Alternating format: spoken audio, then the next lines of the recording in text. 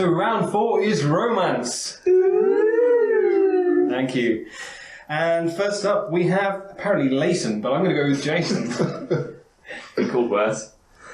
So the term... Please stop stroking me. Nobody wants an awkward boner. The term... Not in those shots. The term honeymoon traces its roots back to ancient Babylon. It was a tradition for the soon-to-be father-in-law to supply his daughter's fiancé with a month's supply of mead, made from honey, not on the moon. The period was referred to as the honey month, and that phrase eventually morphed into honeymoon. So honeymoon traces its way back to honey brewed booze. Well, you'd also have the fact that in ancient Babylonian times they wouldn't be using the calendar that we're using now from Roman era, which has the 30 and 31 days. They'd be using a month as in a lunar month, and therefore 28 days, and therefore it would be moon month. Yeah, it would work. Yeah, and they wouldn't be speaking English. Oh, there's the relevance of what you were saying. Lunar month, got it, honeymoon, honey month. You just thought she was being slightly irrelevant. Yeah, I was wondering where you were going with that. That's why I had a blank look on my face. I thought that was just your face. Oh, no. So do you know how much it would be? How much mead that would be? 3.5 cans. Cans? It's not cool. I clearly haven't done enough research on this fact, I apologise. No, I'm just curious, because I know that about 5 gallons makes about... 30-ish bottles. So I would assume 1 bottle a night would probably do you. But maybe these are really hardy Babylonian people who get drunk all the time and can bit like knock Scots. back me. Yeah. Oh, just you wait till you hear my fact and then we'll see who drinks a lot. Yeah. Next fact. I just heard your fact. Come back tomorrow for the next fact. You'll find out who drinks a lot. Oh, God. You don't drink a lot because you're driving. No. Right. Oh, good fact. Okay, so next up we have Laura. I'm going to talk about beer goggles, which is to blame for a lot of misled romances in the world. Yeah. Oh, that's a good fact. Where did you get such an idea? Well, some peony in a bottle. Christina Aguilera helped you. That's your new nickname now. Christina. Lovely. So beer goggles is a term that everyone is familiar with, and we've all, well, maybe not all, but one time or another we've been attracted to someone that the next day making them not so attractive after all. In scientific terms, even a little alcohol reduces the ability to assess facial symmetry, which plays a key role in attractiveness and human mate selection. The effect is so particularly pronounced in women, with female drinkers less able to distinguish between attractive and not so attractive men after just a couple of vodkas. Yes! Win! It is also known that attractiveness rises when people have had a drink or 3. The beer goggles effect. Male and female volunteers at Roehampton University were subject to a battery of tests before and after consuming various drinks. The tests include studying images of 20 paired faces that had been manipulated so that one was symmetrical and the other asymmetrical. Results showed that alcohol drinkers made significant errors in distinguishing between symmetrical and asymmetrical faces. The study also found that women drinkers made more errors than men. The results were published in the scientific journal Addiction. The people in our study were not drinking heavily, and the effects we have found seem to increase with the amount of alcohol consumed. What we have shown is the ability to detect symmetry is part of the explanation for beer goggle effect. The consequences could be considerable. A lot of people say they met their partner when they were drunk. Are their marriages shorter or longer lasting? Does it change the nature of the relationship? Do you have to drink to keep it going? Well, either that or do we spend a lot of our lives drinking and therefore you're more likely to meet your significant other when you're at the pub? Wouldn't know, I've been with mine for a depressingly long time.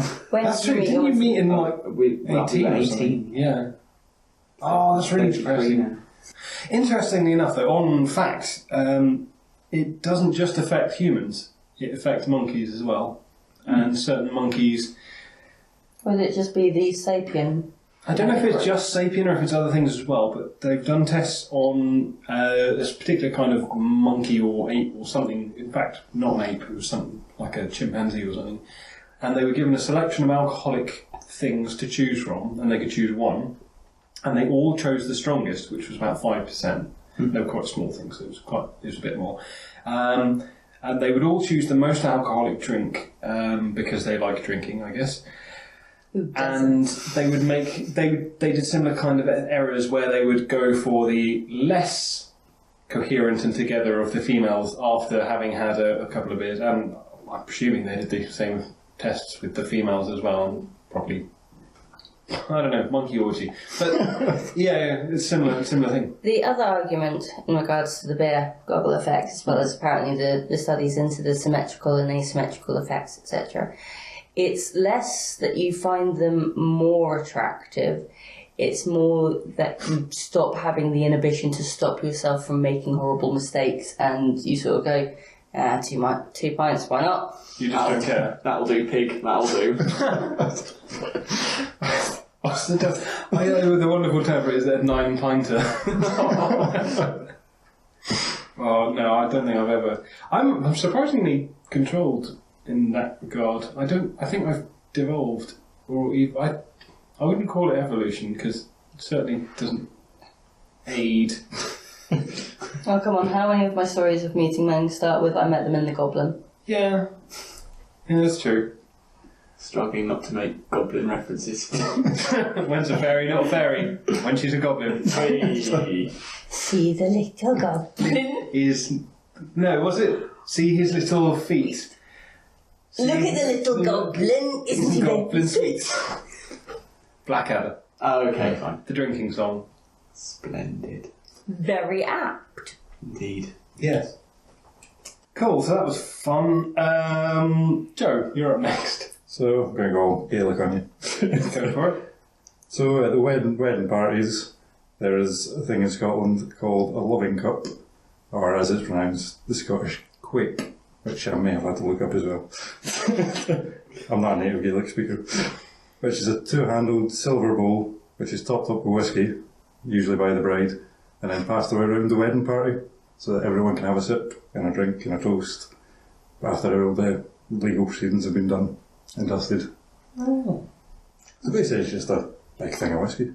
Yeah, so everyone gets a bit pissed. Yeah. It's a nice tradition. Yeah, I like that. Good way to spread cold sores. That's what I was thinking though. Yeah. How long's the tradition been going to, do we know? I've no idea. Time immemorial. 8 months. Since, No, but I mean, is that like a... no one can remember. It was definitely before 20 years ago. Yeah, okay. It's been... Cool. No, interesting stuff. Right, and for round 4, romance.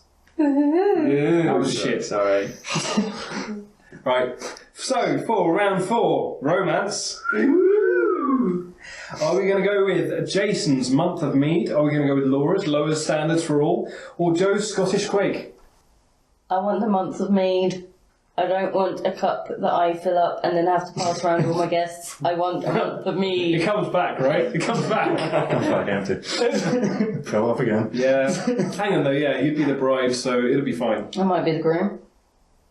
Marrying a Scottish lesbian. Lesbians together, they don't need no feathers. But wouldn't you still be the bride? I'm fairly sure that's gender specific rather than... Maybe I'll have a sex change. Fair enough. And with that revelation, Jason, who are you voting for? I think I'm too emotionally damaged to vote at the moment. However, if I were forced to vote, whilst I like the idea of passing around the coleslaw cup, I'm going to have to go with everyone's best friend, beer goggles. Fantastic. Joe, who are you going with? I'm going to have to go with a month of mead. A month of mead? Yes. Roast for hose. Oh, see, it's tricky. See, I love mead because You make I it. make it. Very well, I have to add. I might have seen mead and thought, oh, I know someone who might give me a point for this one. Oh, you were so close. But I like beer goggles more. Purely for the fact that they may one day help me. So I'm going to go with... Why? Because women are more susceptible. Yeah. I need all the help I can get. So I'm going to go with the lowest standards for all and Laura's fact. Cool, alright, so that means that the winner of that round is Jason and Laura. Hey, high five. That was a good high five. That was a good high five. Yeah, it was nice and loud, full contact, not too much pain. Good. No. Yeah.